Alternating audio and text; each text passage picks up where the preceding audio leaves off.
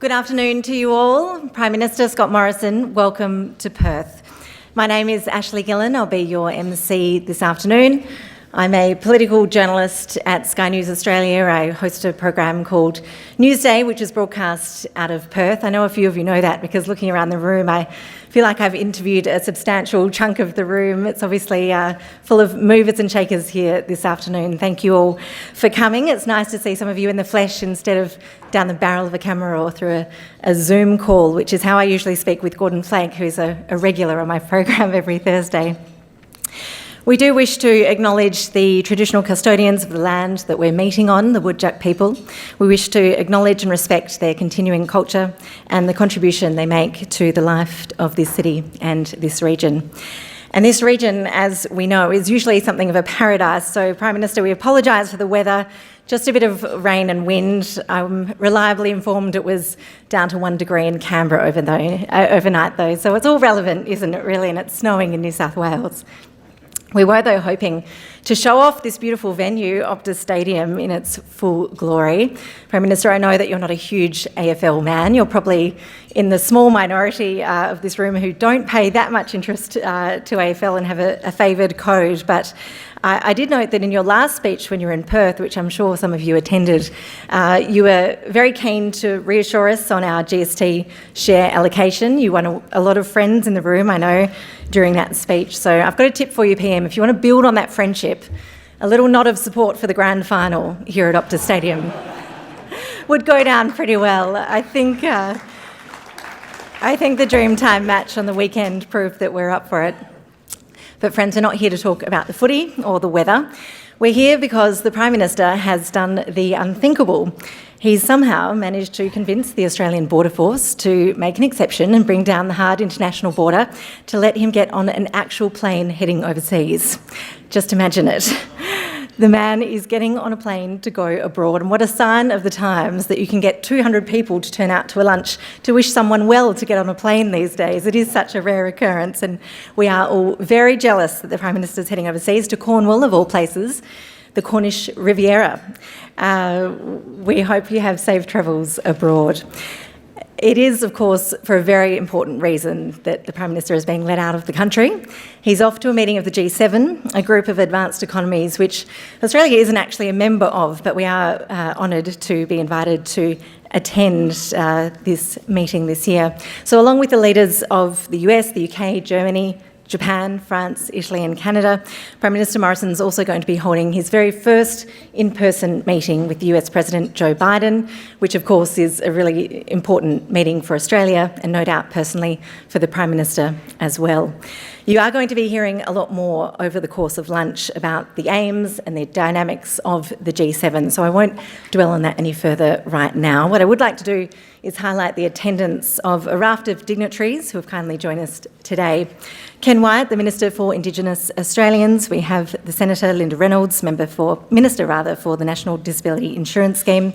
We welcome Ben Morton, Assistant Minister to the Prime Minister, Andrew Hastie, Assistant Minister for Defence, Paul Papalia, the WA Minister for Police, Road Safety, Defence Industry and Veterans Issues, Phil Gaetjens, the Secretary of the Department of Prime Minister and Cabinet, David Gaynor, the US Consul General in Perth, Toru Suzuki, the Japanese Consul General in Perth.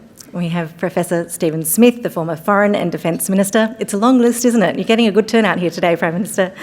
The former WA Premier, Richard Court, the WA Opposition Leader, Mia Davies. I am being told that this event is also being live streamed. There are hundreds of registrants apparently online attending from right across Australia and in the US, Belgium, India, Japan, Indonesia, Korea, the Philippines, Singapore and Hong Kong. So keep that in mind. Do behave. No heckling the Prime Minister. Thank you very much. As you're aware, today's event is being hosted by the UWA Perth USAsia Centre. It's great to see the Chancellor, Professor Robert French, with us here as well today. But it is Gordon Flake, a friend of you all, who is the founding CEO of the Perth USAsia Centre. He's really made today happen. In my profession, you do come across quite a few think tank types, and I think that we are very lucky to have Gordon landing here in Perth after spending more than 2 decades in various prestigious roles examining US foreign policy and the Indo-Pacific.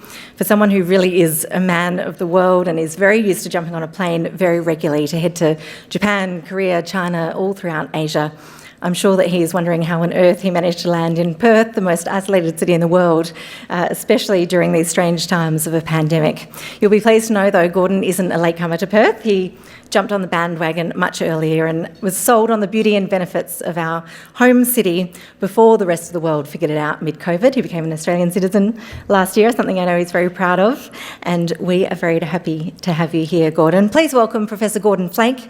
He's going to introduce the Prime Minister, Scott Morrison.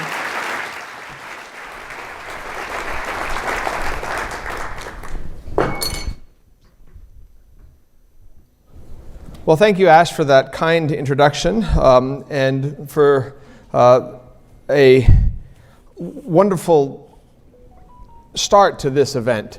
Let me begin by acknowledging that it is the tradition of the Perth USAsia Centre and the University of Western Australia to acknowledge the traditional custodians of the land on which we meet. And we pay our respects to their leaders, past, present, and emerging. As Ash mentioned, I'm fortunate to be on her show on a somewhat regular basis, and I must say today I'm quite relieved to be the one hosting and asking the questions instead of the other way around. The Perth USAsia Centre is deeply honoured to welcome the Prime Minister and to host him here in what we like to call Australia's Indian Ocean capital for a foreign policy speech as he's on his way to the G7 in Cornwall. As many of you will know, the Perth USAsia Centre was established just over 8 years ago under the leadership of the Australian American Association. And here, allow me to convey the greetings of our chairman and the chairman of the American Australian Association, John Olson, who's asked me to give his personal regards to the Prime Minister as well. We were established with the support from 3 key organizations: the federal government, and it's wonderful to be able to thank the Prime Minister personally for the continued and recently renewed support of the federal government for the Perth USAsia Centre and our sister centre, the United States Studies Centre.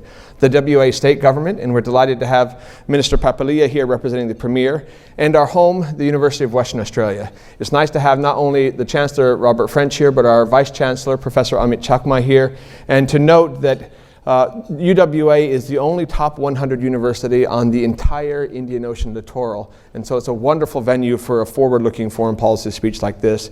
Finally, allow me to acknowledge members of the Perth USAsia Centre Board of Directors, including Mark Bailey, who is the chairman of the board of the United States Studies Centre, our sister centre at the University of Sydney, otherwise known to us as a small town in Australia's Tasman Sea capital, on the other side of the country. The Perth USAsia Centre was established on 2 basic presumptions. The first is that there was a critical mass of global caliber strategic thinkers here in Western Australia that would warrant a foreign policy think tank. I think this audience alone is evidence of the accuracy of that presumption. However, allow me to highlight the remarkable world-class private sector companies in Western Australia that are often correctly referred to as the engine of our nation, the economic engine of Australia. In particular, we acknowledge the support of our corporate partners, Rio Tinto, Chevron, Wesfarmers, Inpex, Austal and Woodside. Thank you for your ongoing support. The second presumption behind our creation, which is related and equally important, is that perspectives from Western Australia, perspectives from Perth, are sufficiently different from those that you would get in Canberra or Sydney or Melbourne as to warrant a foreign policy think tank based here, based on the West Coast. You may recall that just over a year ago, the Prime Minister kindly agreed to deliver for us here in Perth what was then titled an inaugural address on the Indo-Pacific era. Well, that coincided with the onset of the COVID pandemic and was cancelled. We would like to express our particular thanks to the Prime Minister for his perseverance, for his leadership during this era of time when all of us have had our perspectives widened and changed during the COVID pandemic, but the strength of his bond in honoring that commitment coming here today. We look forward to his remarks now on a broader scope, looking at a world order that favors freedom. So by way of introduction, as our national leader since 2018, Mr. Morrison has an all-encompassing and two-word biography, Prime Minister. Now, my guess is he might prefer two other words, husband and father. But then I would feel obliged to say grandfather, and it breaks protocol to try to one-up your guest. And so we're going to stick with and defer to Prime Minister as it works out today. For our audience here, however, at the fulcrum of the Indo-Pacific, it's worth noting that just 2 weeks after taking office, the Prime Minister's first overseas trip was to our near neighbor, Indonesia. And sitting in Perth, a city that is just as close to Jakarta as to Canberra, that means something. It's also worth recalling that in the highly successful G20 summit in Osaka in 2019, the Prime Minister posted a now famous selfie with his Indian counterpart, and the Indian Prime Minister Narendra Modi responded with a tweet of his own saying, "Mate, I'm stoked about the energy of our bilateral relationship," which led to the now memorable ScoModi hashtag. So if you ever want to be entertained, look at the ScoModi hashtag. Finally, despite the pandemic, the Prime Minister Morrison was the first international leader to visit Japan's Prime Minister Suga Yoshihide, and with his active participation in the first ever G7 Leader Summit, and now going to the first ever Quad Leader Summit, and now going to the G7, he is in every way a true Indo-Pacific leader. We very much look forward to his insights and his remarks today, and please welcome me in welcoming Prime Minister Scott Morrison. Thank you.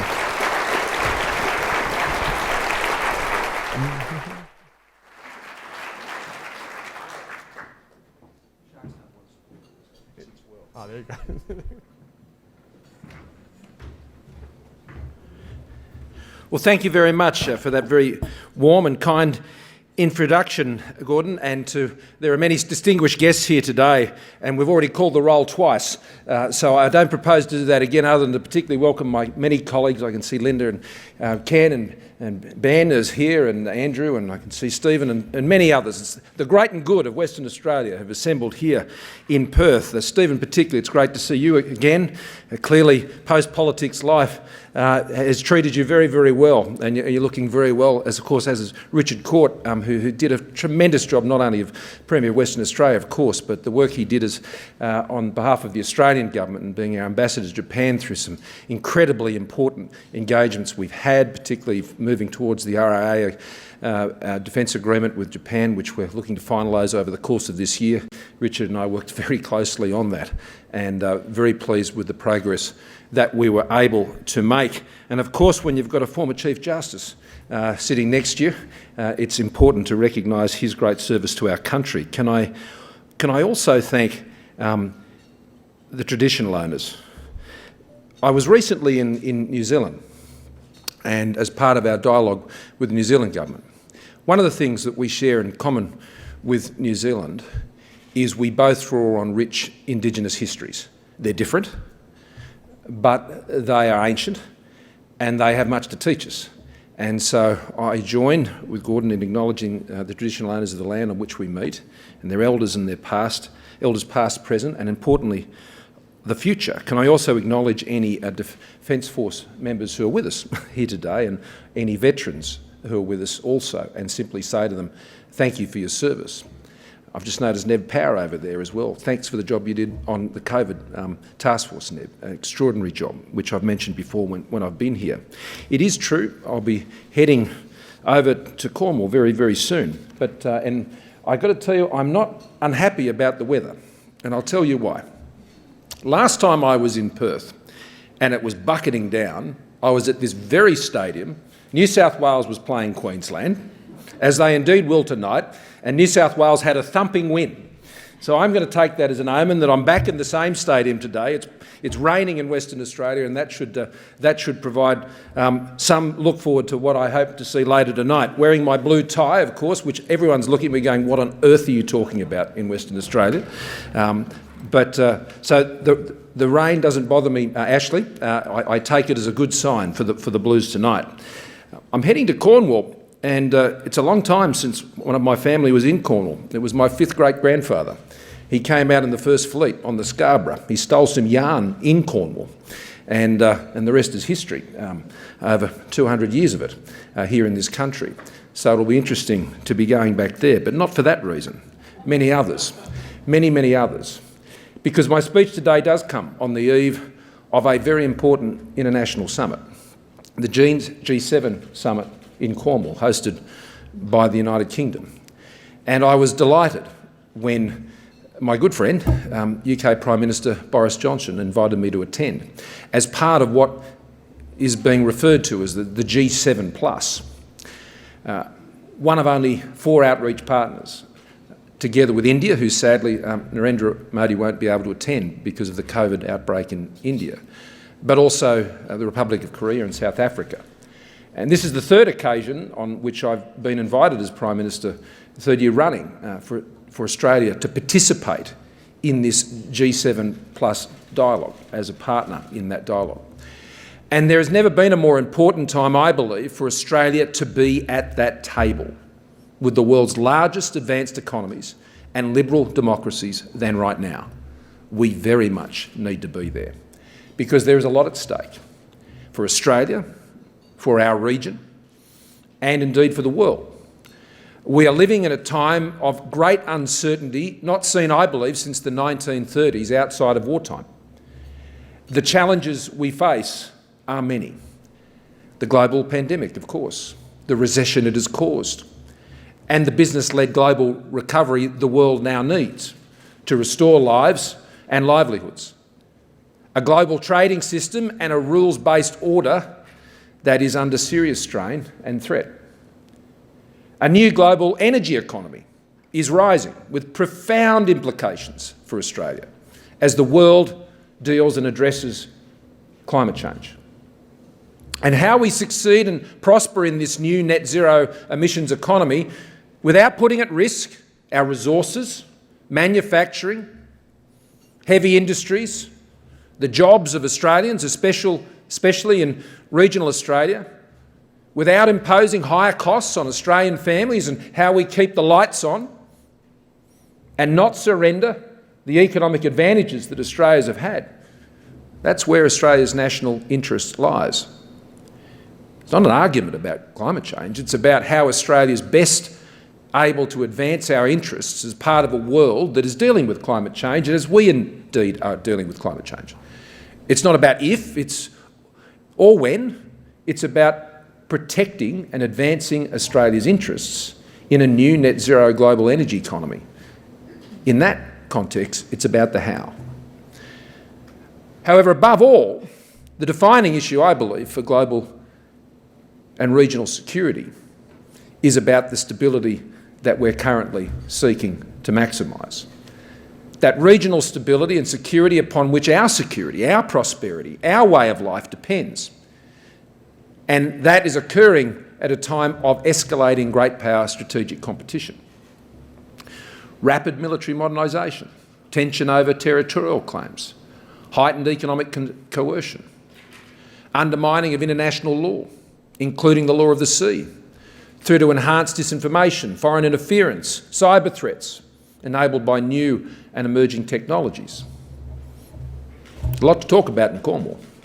And as we meet together in Cornwall, our patterns of cooperation within a liberal rules-based order that have benefited us for so long, we know they're under renewed strain. It was the American scholar Robert Kagan warned, and I've referred to this in other remarks, the jungle is growing back. And as leaders of some of the world's largest liberal democracies and advanced economies, we must tend to the gardening with renewed clarity, unity and purpose. Our challenge is nothing less than to reinforce, renovate and buttress a world order that favours freedom.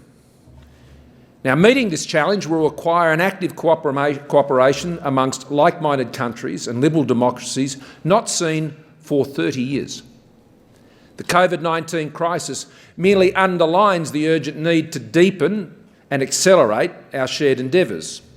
Now, for inspiration, we should look to the years immediately following the Second World War.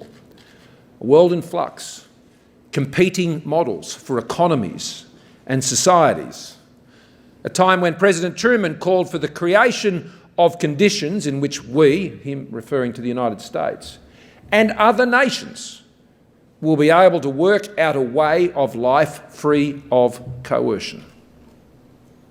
In many parts of the world, old and new, anxious peoples craving peace, stability, prosperity, and a sense of sovereign control over their national destinies. Then a remarkable generation of far-sighted policymakers under American leadership set out to bring order to this uncertain world. And importantly, order informed by liberal values, grounded in rules-based institutions. I believe the challenges we face today demand the same commitment, the same common purpose for this new era. And Australia brings its own distinct perspective to our global challenges, informed by where we are and who we are, our principles, our values, and of course our national character. Our interests are inextricably linked to an open, inclusive, and resilient Indo-Pacific region. That is our interest. And to a strategic balance in the region that favours freedom and allows us to be who we are, a vibrant liberal democracy, an outward-looking open economy, a free people determined to shape our own destiny in accordance with our own national sovereignty. And so today I want to explore 5 areas of Australian advocacy and agency to advance these important issues in these meetings in Cornwall. The broad themes: firstly, supporting open societies, open economies and our rules-based order. Secondly, to build sovereign capacity, capability and resilience. Third, cooperating on global challenges. And then, fourthly, enabling renewed business-led growth and development. And fifthly, demonstrating that liberal democracies work. Now, I want to be clear about what we are seeking to do, of course, but I also want to be clear about what we are not seeking to do. This is not about drawing, as we gather in Cornwall, a closed circle around a particular club. That's not it. To the contrary, it's about ensuring we maintain an open, rules-based global system that supports peace, prosperity and aspirations for all sovereign nations. A world order safe for liberal democracy, yes, to flourish, free from coercion, reinforced through positive, collaborative and coordinated action. We are faced with heightened competition in the Indo-Pacific region. We know that because we live here. The task is to manage that competition. Competition does not have to lead to conflict, nor does competition justify coercion. We need all nations to participate in the global system in ways that foster development and cooperation. Australia stands ready to engage in dialogue with all countries on shared challenges, including China, when they're ready to do so with us. Now let me turn to the 5 areas where I believe democracy should be stepping up with coordinated action. Now the first, as I said, was supporting open societies, open economies and our rules-based order. The foundation for deeper cooperation amongst liberal democracies lies precisely in the shared beliefs and binding values we strive to live by. Our belief that open, pluralistic societies provide the fundamental freedoms and rich opportunities our citizens need to reach their full potential. That democratic elections, the rule of law, freedom of thought and expression, independent judiciaries and accountable governments deserve our allegiance based on their intrinsic merit and on their capacity to deliver better lives for our people. That open, business-led market economies provide the best means for generating shared prosperity in a world of rapid change. And that working together, our countries can support, defend and, where necessary, renovate a liberal rules-based international order that supports universal human rights and opportunities for all. A world order that favours freedom over autocracy and authoritarianism. We can't be casual about these values and beliefs. They are inextricably linked to our way of life in this country. We can't be passive about them. we can't expect others to advocate for us for them. We live them. We must speak up for them. As we battle the COVID-19 pandemic and look towards recovery, I'll be making the case for business-led growth globally, just as we have done so here at home. And our relative success is a broader proof point here in Australia.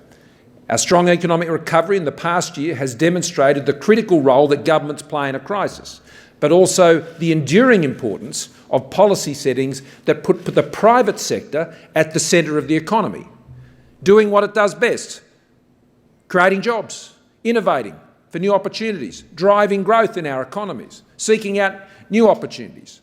Australia will be one of only two countries, together with the Republic of Korea, that can point to an economy larger today than it was at the start of the pandemic. Now, this hasn't occurred in Australia through more regulation, more tax, more government directives to the private sector. That has not been the Australian way through this crisis. It has come about through greater tax incentives. As Christian Porter would know, who is also here today, in his new portfolio in industry, understanding that what we're doing in the modern manufacturing strategy is all about providing incentives, not greater taxes or burdens.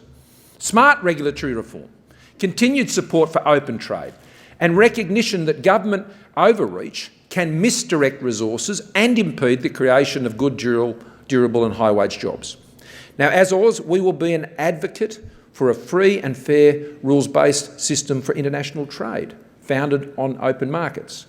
Australia's prosperity rests squarely on maintaining our position as an outward-looking, open trading and economy. At the G7, we will be working with others to buttress the role of the World Trade Organisation and to modernise its rulebook where necessary. A well-functioning WTO that sets clear rules, arbitrates disputes objectively and efficiently penalises bad behaviour when it occurs. This can be one of the most powerful tools the international community has to counter economic coercion. Now, in my discussions with many leaders, I've taken great encouragement from the support shown for Australia's preparedness to withstand economic coercion in recent times. It has galvanised. The most practical way to address economic coercion is the restoration of the global trading body's binding dispute settlement system, where there are no consequences for coercive behaviour. There is little incentive for restraint. So the G7 meeting provides an opportunity to point a way forward on appellate body reform by the WTO's 12th Ministerial Conference in November this year. Now, it won't be easy. Australia shares many of the concerns that have been raised around the operation of the appellate body, but restarting practical and serious-minded negotiations is the essential first step in identifying feasible and effective solutions that address the needs of all economies. Another area where enhanced multilateral cooperation is essential is around data and digital. Coordinated action by liberal democracies is necessary to ensure future global standards reflect the specific needs and values of open societies.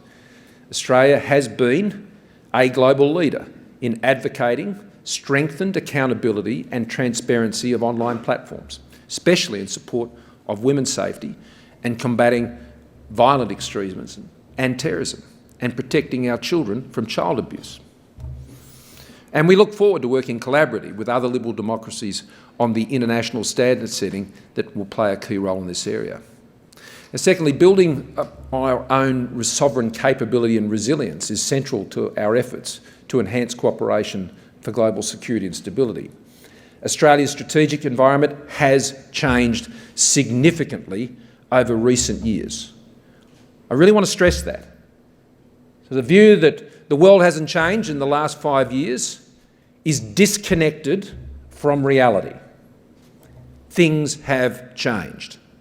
Accelerating trends are working against our interests.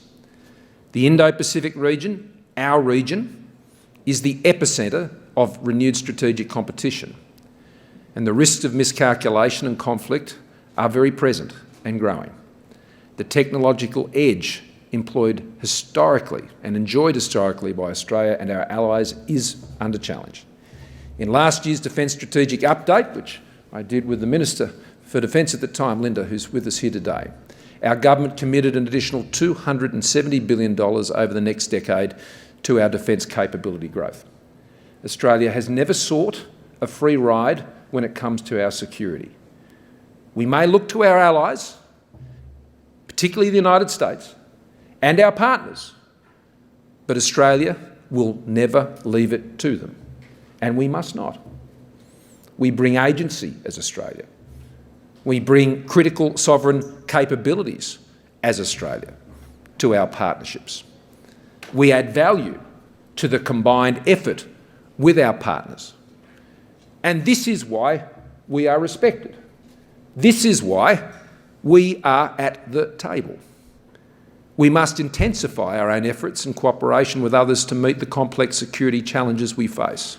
There is much more to do, because Australia does and must play an active role in securing our own future using all the tools of statecraft we have available to us.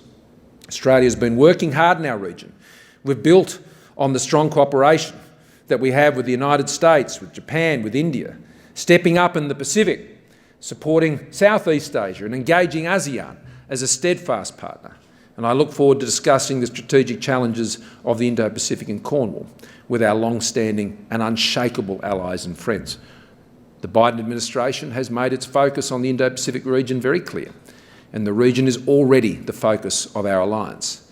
And my first face-to-face meeting with President Biden will provide the chance to further cement our alliance partnership, built on the bonds and the values that are shared between our two peoples. An ever closer security and defence relationship has become a signature part also of our strategic special partnership with Japan. I look forward again to affirming our strengthened bilateral security cooperation when I met with Prime Minister Suga in Cornwall, as we work towards signing our reciprocal access agreement, agreed in principle last November. And I welcome the United Kingdom's commitment to engage more deeply in the Indo-Pacific following the integrated review announced by Prime Minister Johnson in March. When we meet in the UK, it will be an opportunity to discuss how we can deepen cooperation also on security and defence issues. And of course, I'm looking forward to sharing perspectives on the Indo-Pacific region's strategic challenges with other leaders at Cornwall and with President Macron when I visit France on my return to Australia. A key focus of discussions will be ensuring that markets for new and critical technologies develop in ways that reflect our shared values, that growing security challenges surround the development of secure and resilient supply chains for critical technologies. AI, machine learning, quantum computing, other technologies, we all know they have enormous potential to support the prosperity, security and well-being of our people. But they do carry risks. We need these technologies to be reliable and affordable, resilient, importantly secure, and governed by rules and norms that reflect our liberal democratic values. A further priority is the development of secure and diverse supply chains in those critical minerals essential for clean energy technologies and military applications. This challenge and the related opportunity is perhaps better understood here in Western Australia than anywhere else in the country. At present, the supply chains for rare earths is not diverse. A single nation currently accounts for about 85% of the world's refined rare earth products. And given its endowment in critical minerals, Australia has a responsibility to contribute greater diversity of critical mineral supply as far along the value chain as possible. Same can be said for lithium. That effort will yield with both a strategic and economic dividend for Australia. And I look forward to discussions on broader supply chain issues as they relate to our economic health and social resilience. Australia is a keen advocate of efforts to keep supply chains open, transparent, competitive, trusted and diverse. We've joined India and Japan to establish a new supply chain resilience initiative, and at home we've set up an Office of Supply Chain Resilience. We've launched a $107 million program to remove key supply chain vulnerabilities. And at Cornwall, I will point to supply chains for critical medical equipment, PPE and vaccines as key examples where we need enhanced cooperation, and I think that view is broadly shared. Importantly, sovereign capability does not mean we must produce everything here. Everything we consume here. No economy can or should be self-sufficient in all products and services. That is why reliable supply chains with trusted partners are so important. Now, on cooperating on the big global challenges, this will be the third focal point that we will have in the G7+, and we'll continue to battle a global pandemic together, and there is much more to do to ensure countries ravaged by COVID-19 can respond, particularly with the sharing of vaccines. Each month, Australia is delivering tens of thousands of vaccines to the Pacific and Timor-Leste families, as we refer to them, within our community across the Pacific and Timor-Leste to respond to serious COVID-19 outbreaks. At the same time, we've been working with our Quad partners, India, Japan and the United States, to synthesise our financing, research, manufacturing and vaccine access and delivery strengths to help vaccinate our Southeast Asian neighbours. Our discussions at Cornwall will also focus on the need to do more to prevent a pandemic like COVID-19 happening again. I will lend Australia's weight to growing calls for a stronger, more independent World Health Organisation with enhanced surveillance and pandemic response powers, as I have articulated before. And I strongly support President Biden's recent statement that we need to bolster and accelerate efforts to identify the origins of the COVID-19 pandemic. Having led calls for such an inquiry and the independent inquiry, it remains Australia's firm view that understanding the cause of this pandemic has nothing to do with politics. It's essential for preventing the next one, for the benefit of all people everywhere. It's a very practical, sensible perspective. Australia also looks forward to participating in discussions on climate and related energy challenges. Australia has a strong record of setting, achieving and exceeding our commitments to responsibly reduce greenhouse gas emissions. We are well on the way to meet and beat our Paris commitments, as we indeed meet and beat our Kyoto commitments. This will see emissions per capita fall by almost half and emissions per unit of GDP by 70% on what we've currently committed. We will release our long-term emissions reduction strategy in advance of the COP26 in Glasgow. Performance, though, must count in this agenda as much as stated ambition when it comes to addressing climate change. In Australia, we have reduced emissions by 20% since 2005. That's more than Canada, it's more than New Zealand, it's more indeed than Japan and the United States. In 2020, Australia deployed new renewables 8 times faster per capita than the global average and nearly 3 times faster than the United States, China and the EU. I don't make those comparisons to reflect on any other nation, but more so to highlight the performance that Australia has achieved and is underappreciated. We have the world's highest uptake of rooftop solar. 1 in 4 households have rooftop solar systems in this country. As technologies continue to advance, supported by our $20 billion investment in our technology roadmap, we expect to do even better than this, and we will report regularly on our progress. We are one of the few countries in the world that report quarterly on how we perform in this area. And we are on the pathway to net zero. Our goal is to get there as soon as possible, preferably by 2050. But we will get there through technology that enables and transforms our industries, not taxes that eliminate them, and the jobs and livelihoods they support, especially in our regions. That thinking drives plans to pursue technology partnerships with the United States, the UK, Germany, Japan, Korea, to reject carbon tariffs, which is simply trade protectionism by another name. Now, enabling renewed business-led growth is another key area that we will focus on to restore the global economy. As leaders of market economies, we must want a business-led recovery, not a government-centred and government-dependent economic recovery. That is certainly not the Australian way. To achieve this outcome, advanced liberal democracies have a profound shared interest in rebuilding the growth and dynamism of business-led growth in developing economies in the wake of the pandemic. Now, specifically, part of bolstering economic recovery in a post-COVID world should be a stronger offering when it comes to infrastructure investment, particularly in our region. We need to get the foundations right. Infrastructure that lacks appropriate standards or that is too expensive, or isn't environmentally sustainable, or that comes with onerous conditions, just isn't worth having. Projects should be high quality, affordable, and with no strings attached. They should meet real needs and deliver sustainable economic benefits, and they should not compromise countries' resilience or sovereignty. G7 and outreach partners can play a very crucial role here, both through our bilateral development programs as the major stakeholders of the multilateral development banks, especially by the World Bank and the Asian Development Bank. And we can leverage private sector financing and mobilise capital. Ultimately, our efforts should be about giving developing economies options and choices to best meet their needs. More also needs to be done to provide for a coordinated and transparent approach to resolve the debt challenges faced by developing economies and to provide alternative sources of financing.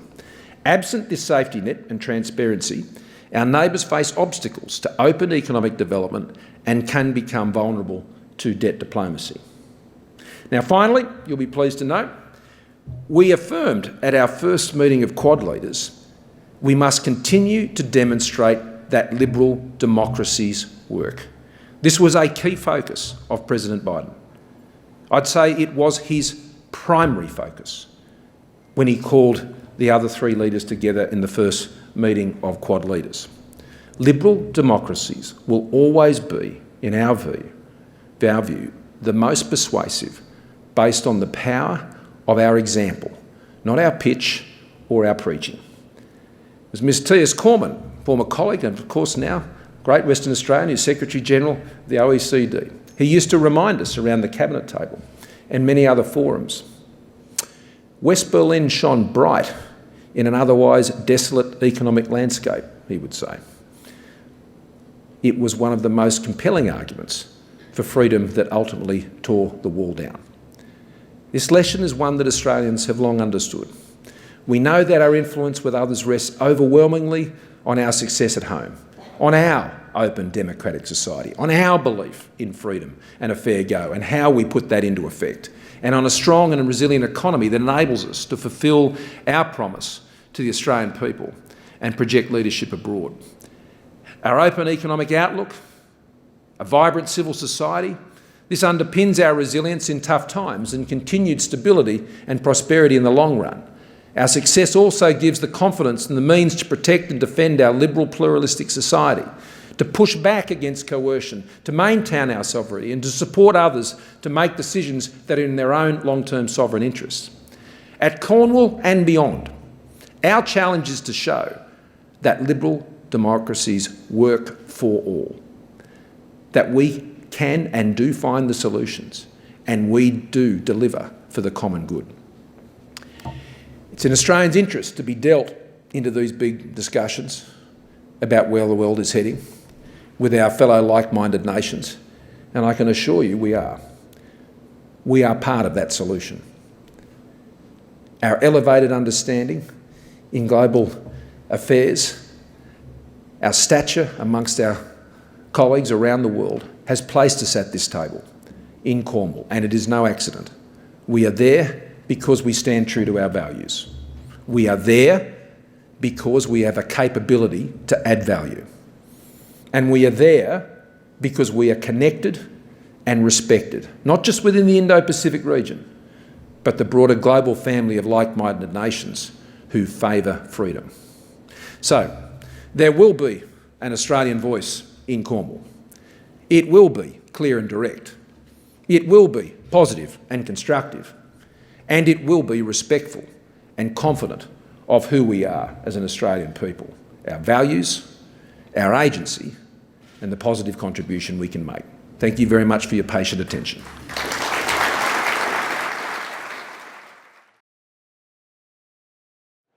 I trust everyone is enjoying their lunch. I will ask you to take a seat if you have started to wander around the room. I'm just going to invite the Prime Minister, Scott Morrison, to join Professor Gordon Flake on the stage. It's time for us now to hear some more from the PM about some of the issues he explored earlier, and in particular how some of these strategic considerations really impact and are relevant to us here in Western Australia as well. So while we all enjoy our dessert and coffee, it's over to Gordon Flake in conversation with the Prime Minister. Well, thank you. Ash is right. I was furiously writing down notes. I mentioned to the Prime Minister shortly after his speech that it was a tweeter's or a reporter's nightmare, because normally in a long speech you'll be able to distill one or two nuggets that's the key, that's the killer tweet that you can get out there that kind of symbolizes it. But in this case, there was probably 70 or 80 of them. I wouldn't begin to think about analyzing the speech with the Prime Minister in front of me. In fact, many of you who know me know I spent years working in South Korea, and there's an old Confucian proverb, which has translated its way down to South Korea, that says, "Don't attempt to write literature in front of Confucius," right? And for those who are less sophisticated, like myself, there's a modern version of that was very popular in the 1980s. Whenever the sewage truck that went by, it was just, "Don't release gas in front of the sewage truck," right? You can't compete in terms of that regard, right? Now in Korea, that indicated that this case was Confucius, not the latter, right? Okay. To make it clear in terms of the process. The speech was remarkable in many ways, and I just thought it was kind of a full-throated articulation of Australian values, and you put it in the context of what's happening in the world today, what's happening in the Indo-Pacific region, what's happening in the G7. And so I thought I might just kind of, rather than analyze it, give a couple of questions that dig a little bit deeper for a West Australian audience. You highlighted a very topical discussion of technology and emissions. And you noted that the mindset that your government was approaching was heavily focused on technology, and that led to technological partnerships with the United States, with India, with Japan, and Korea, et cetera. And one topic I know that is of great interest in this audience is hydrogen. And part of the reason that it's of great interest in this audience, not just because of our natural endowment here, but because our friends, our friends like the Japanese or the Koreans or the Americans, whose investment has long built our industry here, are deeply interested in Australia's potential as a hydrogen superpower, if you will. So I wonder if you might talk a little bit more about what you see as the potential for hydrogen in your government's kind of priorities going forward, but more importantly for Australia's role in addressing on a technological level the challenges of climate change. Well, the development of hydrogen in Australia will be one of the most exciting developments and biggest game changers in the transformation of the Australian economy into the new energy economy that will be a reality over the next 30 years. It just so happens I was talking to a Western Australian this morning. I was talking to Andrew Forrest earlier today, and he was in another far-flung port of the world, Nev. I think he was in Djibouti, early hours of the morning. And what is being done in our resources sector, we were just having that conversation at our table, is a transformation and a realisation of what the energy economy is going to look like over the next 30 years. So that's just a reality. The way the world will move towards net zero emissions, I'm a firm believer in that will be realised by technology, entrepreneurship. It will be realised by commercial transformation. Governments can provide a context for it, they can provide a framework to support it. But all the great energy revolutions of the world going back centuries have always ultimately come from technological change and commercial enterprise. That's what's actually changed the world each and every time. Shale oil gas revolution in the United States, a classic example of how that fundamentally transformed not only the US domestic economy, manufacturing, but also geopolitics. And there wasn't barely a government involved in it. Technology, exploration, commercial interests and entrepreneurialism, the world changed. I see it playing out the same way as the world moves into a new energy economy, which is supporting a net zero emissions outcome. But the only way that will be achieved is where companies like in Australia, which I think will be the showcase on the world, Australia's resources companies will be the showcase around the world for how they've transformed their operations in the new energy economy to do what they do and to be the best in the world at doing it. So many look in at Australia from far away and they look at our resources industry and they tend to think that this is the reason why the world is warming. But quite the contrary. I think it will be our resources sector that will demonstrate how the world will change, because of the incredible technological revolutions that are taking place in that sector. whether it's hydrogen-powered mining vehicles, significantly. I mean, companies here operating in Australia have their targets to have them fully operational in some cases this year. And this story of Australia's technological innovation, whether it be in the resources sector or whether it be in the aluminium smelting business or green aluminium, green steel, all of these things, this is what will enable Australia to achieve this. And that's what our technology roadmap is about achieving. It's about ensuring that the hydrogen hubs that will be set up around the country will see that combination of innovation, commercialisation, research, technology and partnerships. And the partnerships, I listed the set of countries in my remarks, whether it's with Germany, the United Kingdom, the United States, South Korea, Japan, many others. They're all looking for the same solve. And hydrogen is in the middle of every single one of these conversations. There is not a conversation that I have about net zero, a conversation that I have about the new energy economy that does not have hydrogen at the centre of that discussion. And here in Australia, we will, I believe, have the best regulatory environment. That's what we must achieve. And we need to ensure that around the world that the regulatory environments and taxation environments and others do not see the development of the hydrogen economy in any way held back. We need to ensure that our regulatory systems embrace it and nurture it and enable what they can achieve to be achieved. That's how you address climate change. Well, if our experience here in Western Australia is any indication, in your upcoming conversations with Prime Minister Suga from Japan, from President Moon from South Korea, I'm very confident they'll be raising hydrogen with you. Because they will. Very much an intention. I tell them to sell them a lot.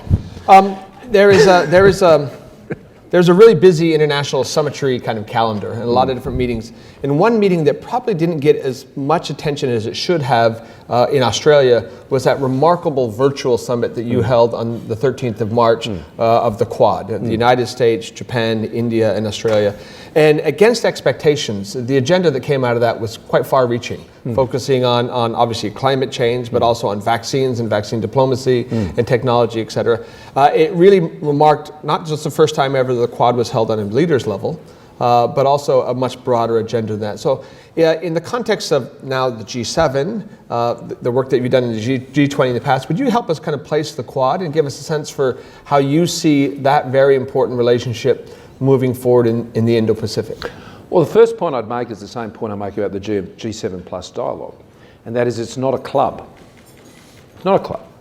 It is a group of like-minded nations, liberal democracies, advanced economies, that share a set of interests for a free and open Indo-Pacific, and that we want to enable that by our collective efforts, not just in areas which have been traditional in defence cooperation, but more broadly, in technology development, in supply chains, in humanitarian efforts, in emergency response, in health and social policy, to demonstrate that this group of liberal democracies, advanced economies, which have benefited greatly from the region, are also investing back part of the region to ensure that that prosperity and that freedom and that independence and that sovereignty can be enjoyed by all the nations of the Indo-Pacific. We see the Quad together as leaders as an enabler. We see it as an accelerator of freedoms and prosperity and living standards within our region. We each individually do many things. As Australia has had and continues to have a remarkable relationship with ASEAN, and particularly Australia and Japan, because we live here, as does India specifically.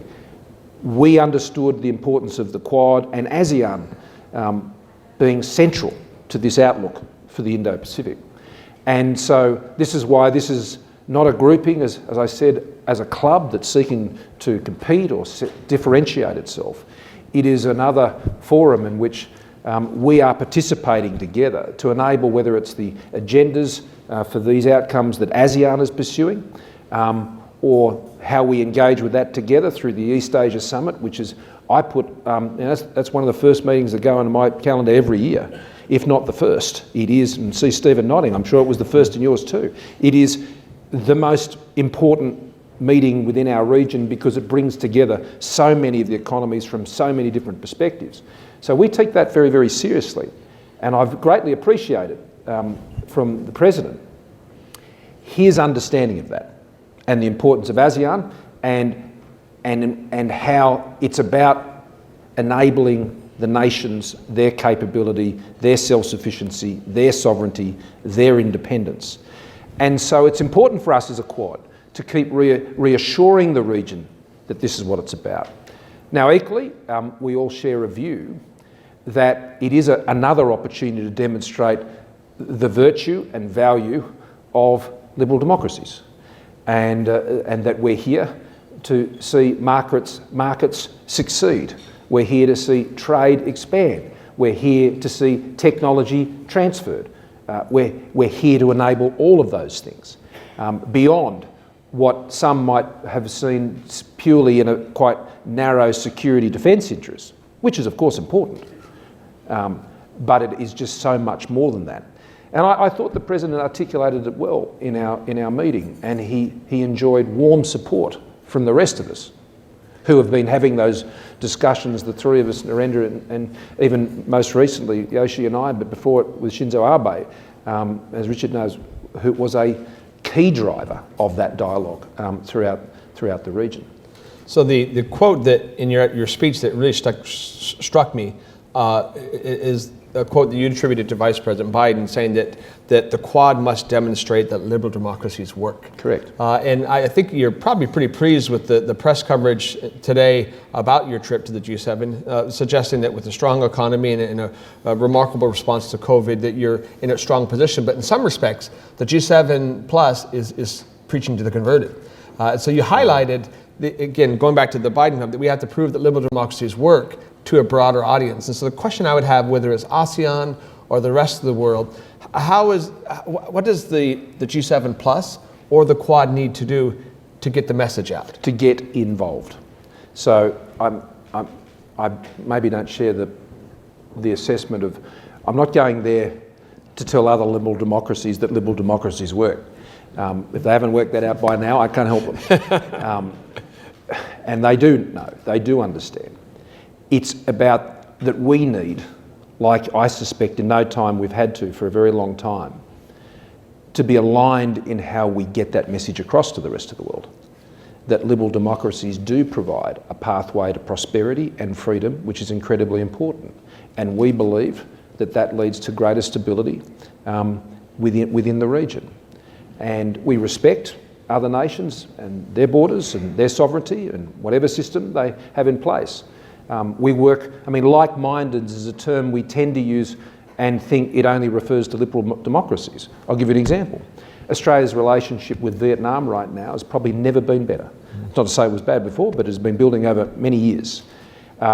We share, Vietnam and Australia, very similar views on the challenges and issues within the Indo-Pacific, particularly in the South China Sea and freedom of navigation and the UNCLOS and all of those issues. We share very similar views. We share very similar views on trade. We share very similar views on technology and on COVID. I just spoke to the new Prime Minister very recently, and this is what we were discussing. So the message for G7, the message for Quad, is we live here. We are involved. But what I am seeing is that there is a need for greater alignment amongst liberal democracies that live a bit further from here. That what is happening here in the Indo-Pacific and the strategic competition which is occurring here reaches far beyond Australia and countries of the region. It extends globally.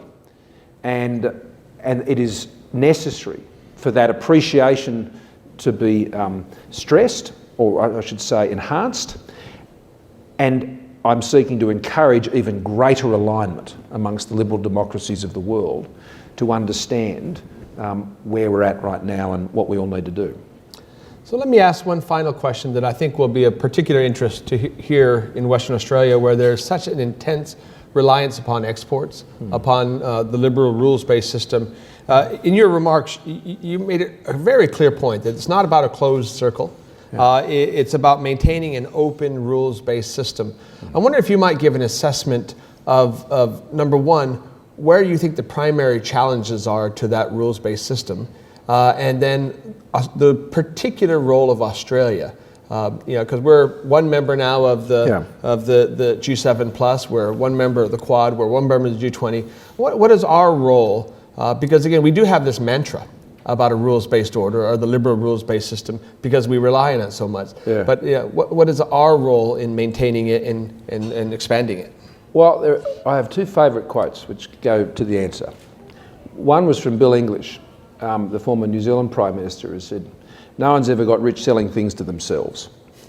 And he said that at a dialogue that we had, which was pointing out that Australia and New Zealand are shared in our outlook about the need for trade to be the basis of our prosperity as trading nations. So Bill's right. And Australia's prosperity will always depend on being in an open trading environment. The second one relates to how do you eat an elephant, one bite at a time. And that's what dealing with reforming the WTO is a bit like. But that doesn't mean it's not time to chow down. You need to. You need to take each and every step. Now, what are the steps that can be taken? The two biggest challenges, and Robert and I were discussing it at the table before, of course the appellate body and the frustrations that have been present there for some time need to be resolved, need to be sorted. This thing needs to start working again and resolving disputes. The other part is these organisations can be incredibly bureaucratic and they can take an enormously long time. And so it's important that the justice of outcomes around trade disputes not just be delivered, but delivered in a timely way. And we need to redouble our efforts to ensure that that can be achieved.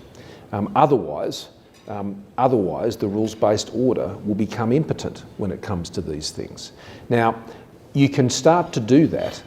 This is the sort of the one bite at the time principle, by focusing in on particular areas where you may speed it up. Now, our digital trade agreements, we've concluded one with Singapore, that was a few years ago now, and what we've done in trying to reform rules around digital commerce and online commerce has been one of the more positive, I think, elements of where we've seen reform already take place in this space. The disputes are best resolved if they never have to end up in those processes. But knowing that they work and they'll be there is important to ensure the front end works more effectively. So I think where Australia has tried to focus is ensuring that the various standards and the various agreements that are existing between nations in new areas of commerce are very compliant with what the broader principles are. So our technicians in the trade space are doing a lot of work in that area. And we've got a lot of good kudos and a lot of good credibility, I think, for the progress we're making there. So we'll keep doing that. It's a very painstakingly detailed agenda, and it just requires continued application and having more like-minded nations around the world working with us to that end. And the larger economies of the world will always have particular interests that sometimes can clash with these reform efforts, and we've seen that. And I'm not talking about China. We know the US's position in these areas has, of course, been greatly frustrating. But we can have those honest conversations with them, and I look forward to having them again. And Australia won't be the only one making those points. But we make those points as friends, seeking the outcome that we both wish to see achieved. So on these specific issues, let me congratulate your government on its foresight in supporting the candidacy of our mutual friend and your former colleague and our former senator from WA, Matthias Cormann, to be Secretary General of the OECD. I note for the past week he's already been in London, actually, at the G7 finance ministers meeting, wrestling with many of those exact same issues you have. So it's a pretty impressive advanced team you've got working in London right now. So. Yeah, well, just on the Matthias point, because it goes to what you were just asking me. We have taken a very targeted approach to a number of multilateral fora where we think we can add value, and the OECD is a critical one. And the reason we decided to do that was that the OECD brings together the liberal democracies of the advanced world. And so finding commonality across a whole range of these, what are often quite technical issues in regulatory systems and tax systems, that's what makes the economy work better if it achieves the type of reform across these jurisdictions that you would hope it would. So Matthias, I think, will do a great job there in that in that way. He's someone who believes strongly in business-led growth, not government-centred growth. And that's certainly our view. And we see that as the way the world will recover from the COVID-19 pandemic. It'll be businesses and business-led economies that do that in the developed world. Well, when the Prime Minister finished his speech, I made a quick remark that it was a wonderful speech, and he said, I'd like to get into the details. You'll see both in the speech and in our conversation, there's much more Confucian mastery of details than you might imagine in that process. I'm also aware of a detail that whenever you travel with the Prime Minister's advantage is that you've got members of your team who have extra room in their luggage, and we wanted to make sure that we took a moment to present you with a gift. Madison Bryan is a Noongar student and an artist currently studying biomedicine at the University of Western Australia. Madison has created a glass kulaman which shows the previous 39 Prime Ministers of Australia and you and your family intertwined with the concepts identified in this year's NAIDOC Week theme, Heal the Country. So a gift for you and your colleagues en route to London. It'll fit in a carry-on, I think. Thank you very much. Thank you. Thank you very much.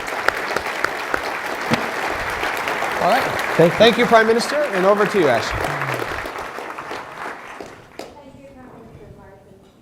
We do appreciate you taking the time to share with us your insights today about how Australia needs to position our interests and work with other leading countries as you prepare to head off to the G7. We all wish you well on your travels as you represent our nation abroad. I think I can speak for all of us when I say we feel very lucky to be able to attend this sort of event in the current environment, obviously feeling for our friends in Victoria. The latest breaking news coming through out of Queensland's Sunshine Coast is that another case has just been reported in the community. Queensland Health Authorities holding a news conference now, probably live on Sky News.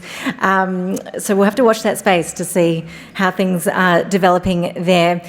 We also want to say thank you, of course, to UWA and in particular the Perth USAsia Centre for hosting us today. Obviously the centre being led by Professor Gordon Flake. Gordon, thank you for your contribution today. I'm still getting past the analogy surrounding the sewage truck.